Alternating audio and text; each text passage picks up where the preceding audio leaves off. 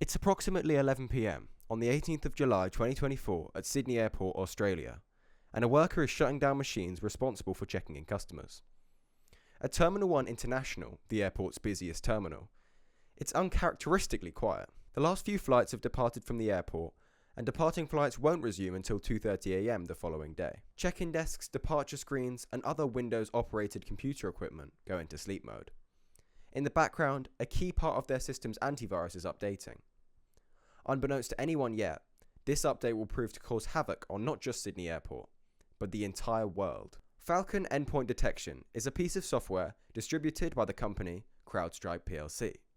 The software is intended for enterprises and runs in the background on installed computers, looking for anomalies that might indicate a vulnerability or cyber attack. The issue with this kind of software is that, to be so thorough, it has to sit above the computer's operating system in the chain of command.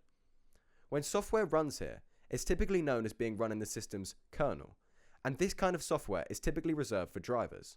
Although now it's being used in advanced types of anti-cheat, meant to prevent cheating in online games. Because this software runs in the critical path of the computer, it has to load up and start correctly for the computer to boot into its operating system. If it fails, when Windows is booted, it will simply return this beautiful, glorious screen of evil, known rather ominously as the blue screen of death. And looking at the global impact, I don't think it was improperly named. Back to Sydney Airport though, the terminal is reopened and the morning routine for workers is going as usual until the computers get booted up. An overnight automatic update had bricked part of the airport's most important infrastructure. Before long, it wasn't just flights at Sydney Airport.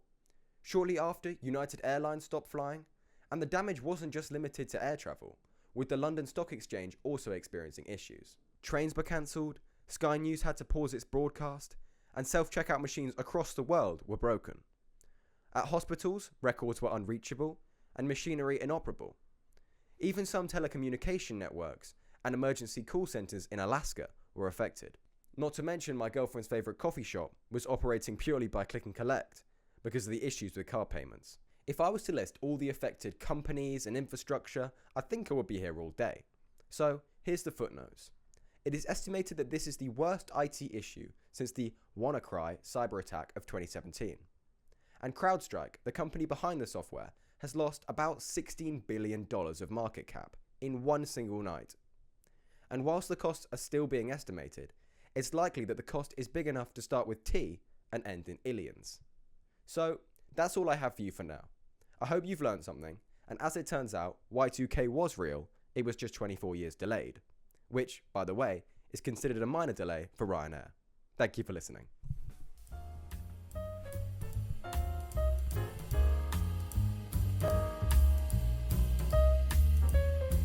It's 11 p.m.